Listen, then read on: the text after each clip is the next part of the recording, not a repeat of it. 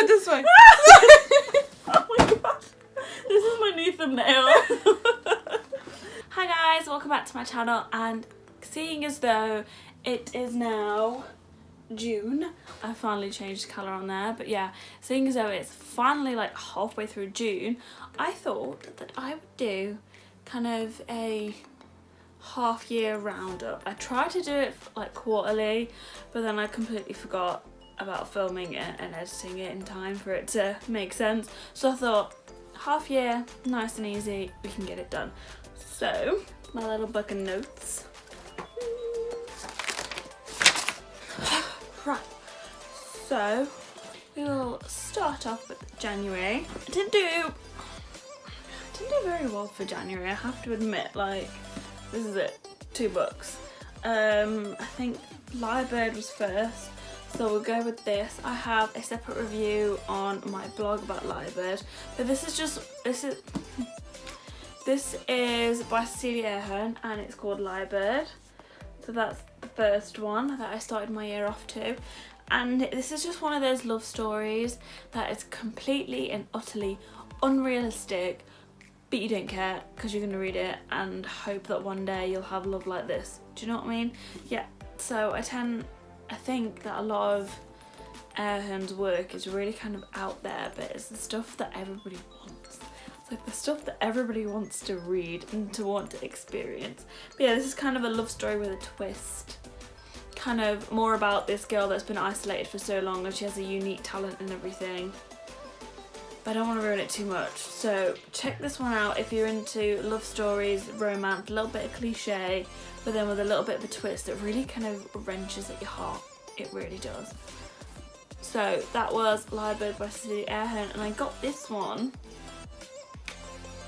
from Book Depository. Yeah, I feel like I got it from there, so it would have only been like £2 or something.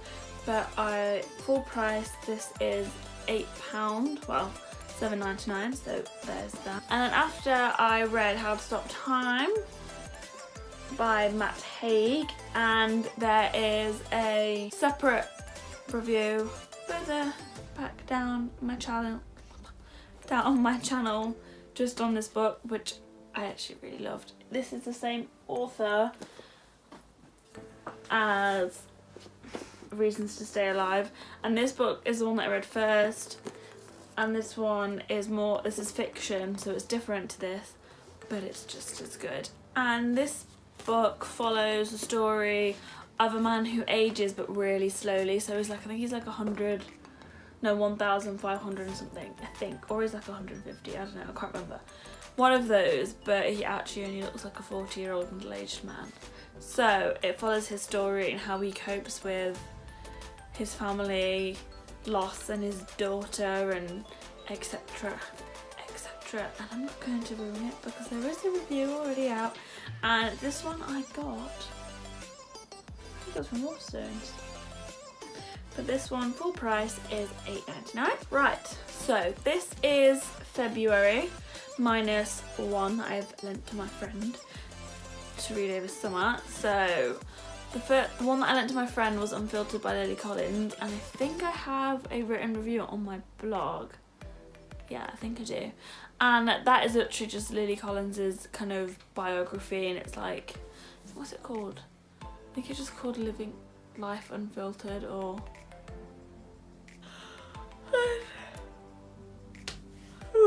oh my god, it's literally such a heart-wrenching story. Like, half the stuff she went through, it's so empowering and so like, yes, you can do it, self-love, self-motivation, self-help, that sort of stuff. And almost every single page in that book is Instagrammable.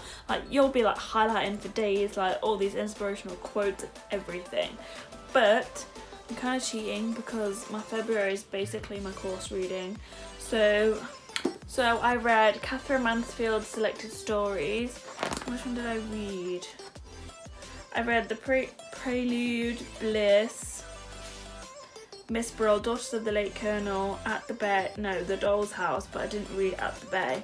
And this, if I didn't know what Mansfield was about, then I would have just been like, these are so weird. But because she's a a modernist in her own right and a short story modernist, you kind of understand her works and they do have a deeper meaning to them. And some of them you kind of think like, oh, like, wow. And then I think that some of them, The Late Colonel, is about these two daughters that literally just don't know how to survive with the fact that the father's dead, and they say things like, oh, we wouldn't have liked it if we buried him in a top hat, and etc. But half the stuff they comment is irrelevant because he's dead.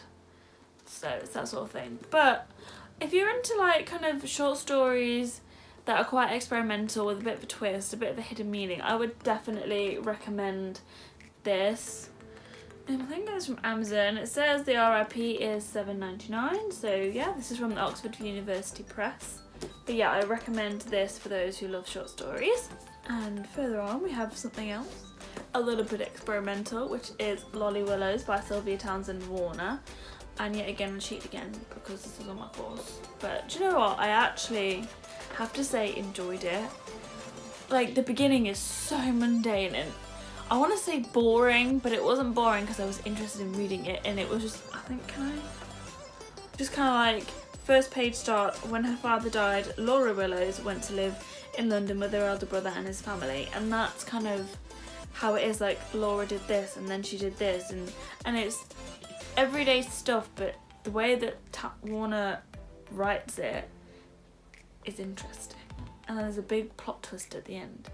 And because I did it with my course, I understood the context behind it, which made the book a little bit more enjoyable to read. So yeah, I would definitely recommend this if you're into women's literature, especially of like the 1930s time. And this one, oh my god, there is a separate review for this as well on my channel because it's just that good. This is Rebecca by Daphne du Maurier, and I've been wanting to read this for so long, and then I saw it on my syllabus and I was like, yes, now I have to. And if you haven't heard of Rebecca, where have you been? Where is this rock you have been under? Because this is one of the best, I have to say, gothic novels that isn't gothic, if that makes sense. Like, there's actually no ghosts, no ghouls, no vampires, no werewolves, nothing like that, but somehow there is still such a strong element of the gothic in it. It's incredible. It really is. I don't really want to spoil it because I have a review early on, so check that review out. I will link all corresponding. Why can I not say this? I will link all corresponding videos down below for you to check out. But yes, I recommend this one completely. And this retails at $7.99 as well. Right, time to head over to March. So managed another 3 books in March, 2 from the course and 1 that I read on my own. Start with this one. Okay, so we'll start with Extremely Loud and Incredibly Close by, I don't know how to say this poor guy's name, Jonathon Safran Foer? Is that how you say it? But this is what the book looks like. And I did this for my psychoanalysis module. It was so interesting. It basically follows this little kid, is it Oscar?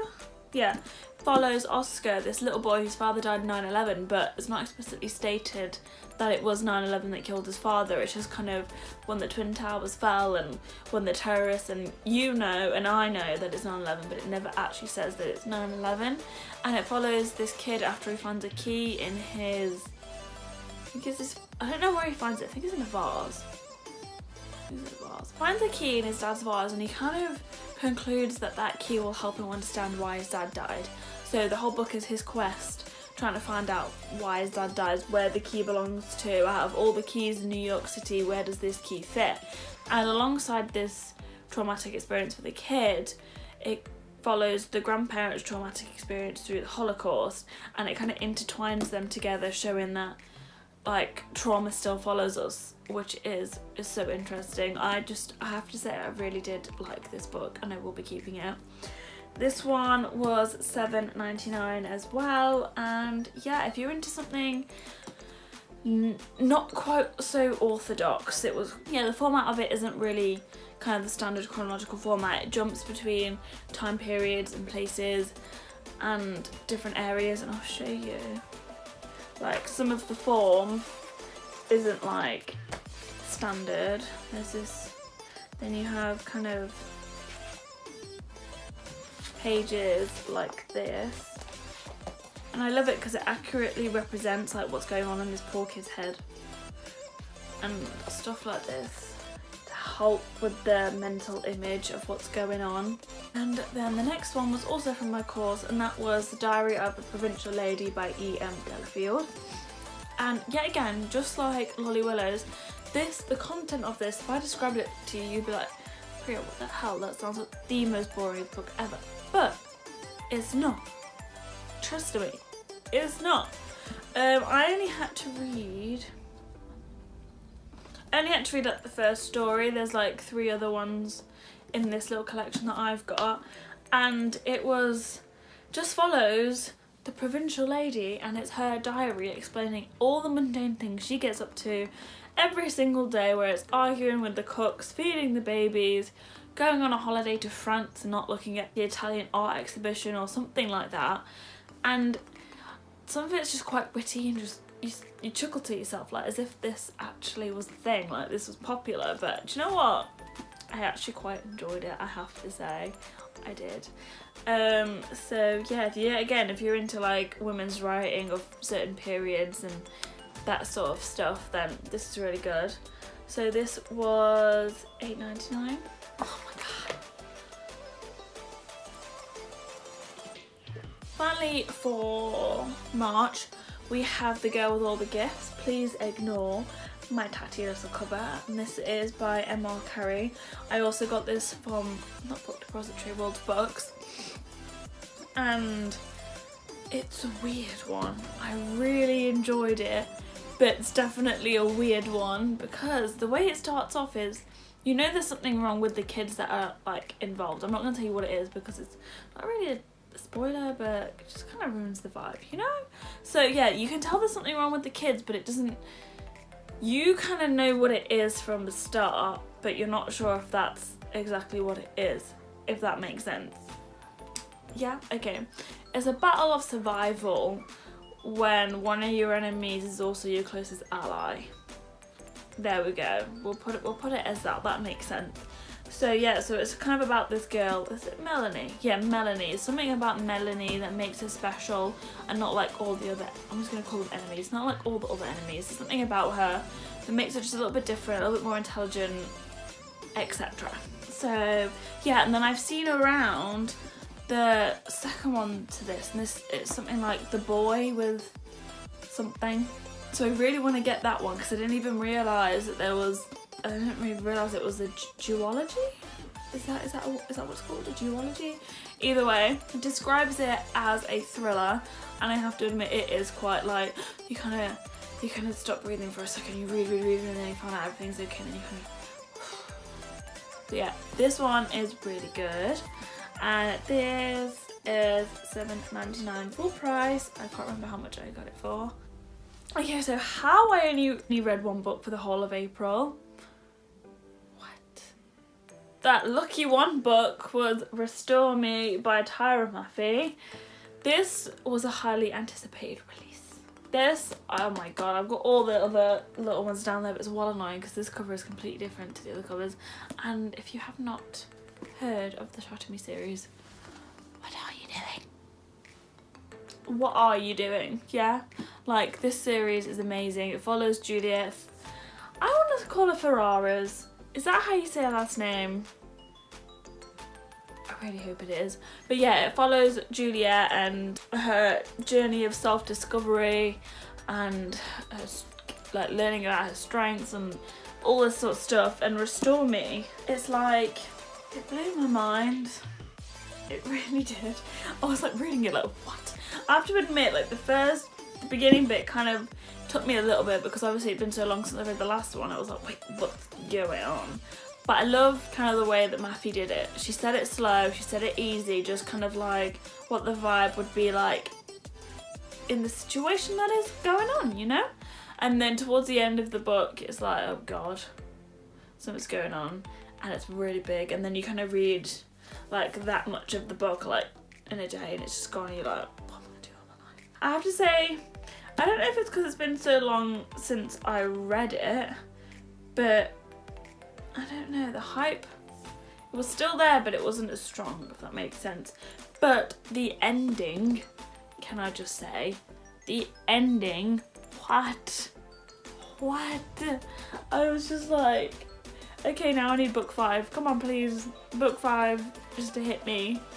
But I would recommend this definitely because I loved it. It was really good. I find that a lot of books I read, I actually really like. I don't know if that's good or bad because it just makes me sound like I like every single book, but everything I've chosen to read, I like. But yeah, that's Restore Me by Tahereh Mafi, and this is $7.99. Oh, May. Right, so this is my May little pile. It's kind of cheating because I haven't finished all of it of one. So we'll start with Caraval was first. So we'll start with Caravelle by Stephanie Garber. And if you don't follow me on Instagram, 1, what are you doing? Honestly. And 2, you would have missed my amazing giveaway. So this book was in my giveaway. I loved it that much. I had to give it to someone who I knew would just love it as much as I did because it was great. I need to buy Legendary still. I still need to buy Legendary. Oh. This follows Scarlett and Donatella Dragna and their will to escape their father's kind of controlling hands, and they've been writing to this person called Legend who is a legend of some sort who has these magical powers and this game that he plays called Caraval, and they've been writing to him for so long, and this is no spoilers because the letters are like here. So it starts off with the letters and it just kind of, I want to say it's like the Mortal Instruments in a way that Clary has a quest to find her mum. So in that way Scarlett has a quest to find her sister, but it's not just her, like everybody playing the game has the same quest, so she has to find her first so she can get the wish. That's kind of what it is, but it doesn't sound so good now I'm describing it. Like it's, I don't really know how to describe it. It's like a circus, like a creepy circus. That's also wonderful and magical because you don't know what's going on and you don't know what's real and what can actually hurt you, if that makes sense. So because it's a game, we and Scarlett don't know what part of the game is real and what part of it is fake, and if the people she meets are real people that are playing or if they're actors. And I think that sense of unease just kind of follows you throughout the book, and you're kind of like, whoa, what's going on here? It really gives you trust issues, I have to say. So yeah, that was Caraval by Stephanie Garber, and that is $7.99 as well. So after that I read The Power by Naomi Alderman, and this was also a book that featured into my giveaway because it was amazing. Like, this is a book that everybody and their mothers should have read because it's so powerful, and I don't want to say inspiring, but it kind of shows you what the world could be like, and it's so much so that it's one of my dissertation texts that I'm gonna write. So yeah, but it follows it's like a 7-year countdown till, I don't want to say the end of the world, but it's like the end of the world as we know it.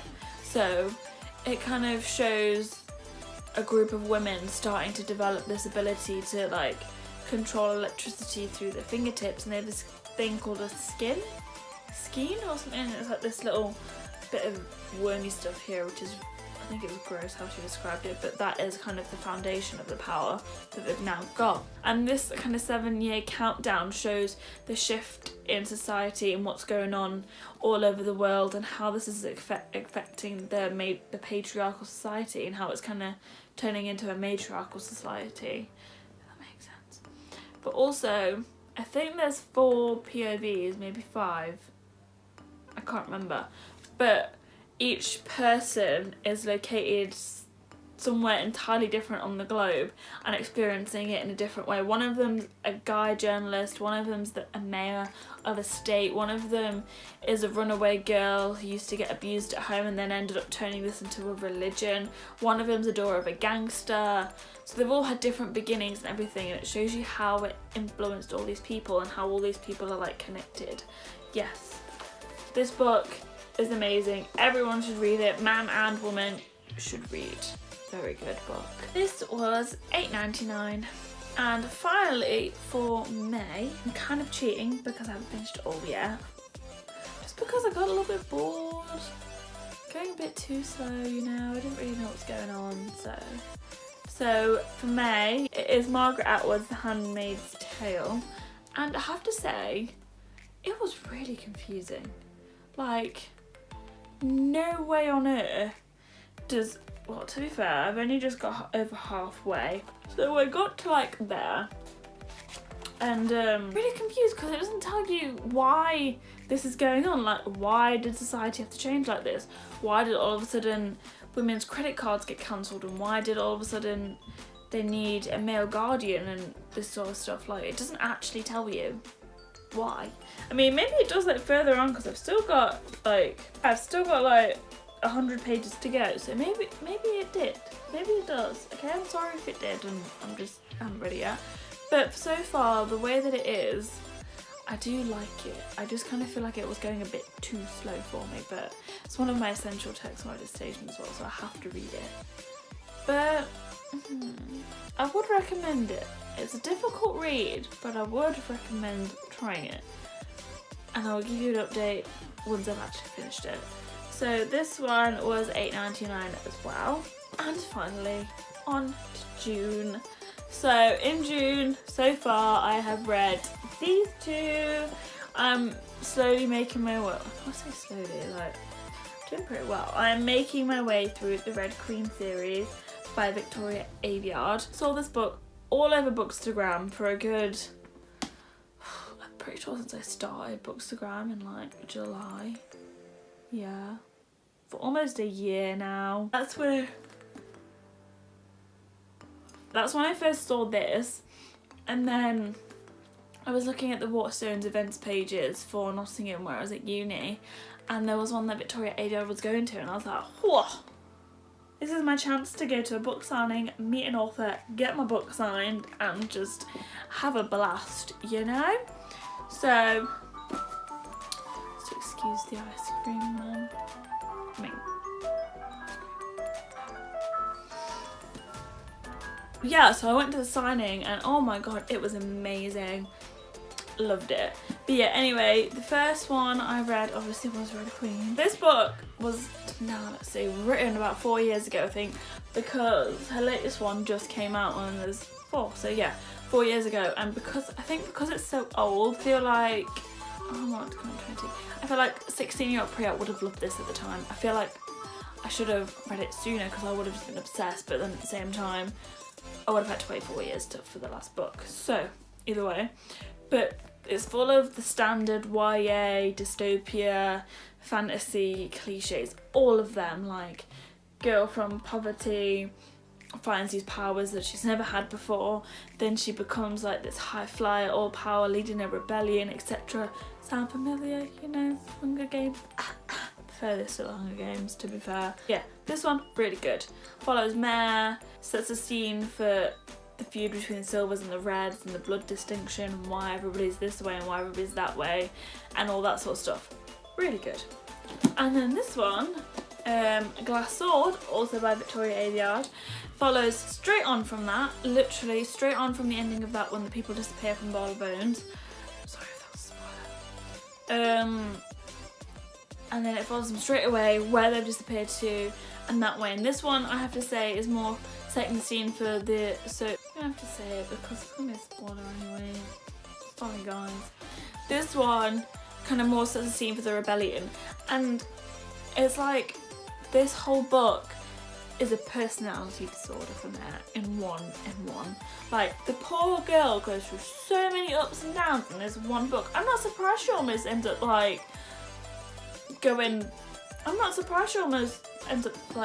having enough at the end of this. Like, I would have. Like, she's not even 18 yet, because at the end of it she goes, my 18th birthday. I was like, what is it with YA and everybody being like 15?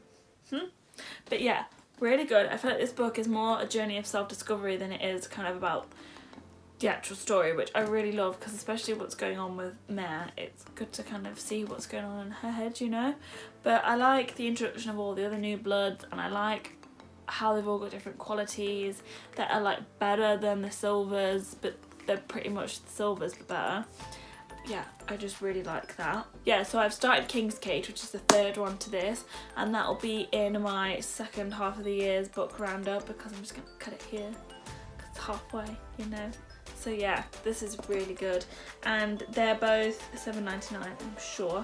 But oh my god, look at this! How cool is that, guys? I went to a book signing and I got it signed. Like, that was my first ever one. Do you know, I should have actually vlogged it, but I wasn't sure if I was allowed to film.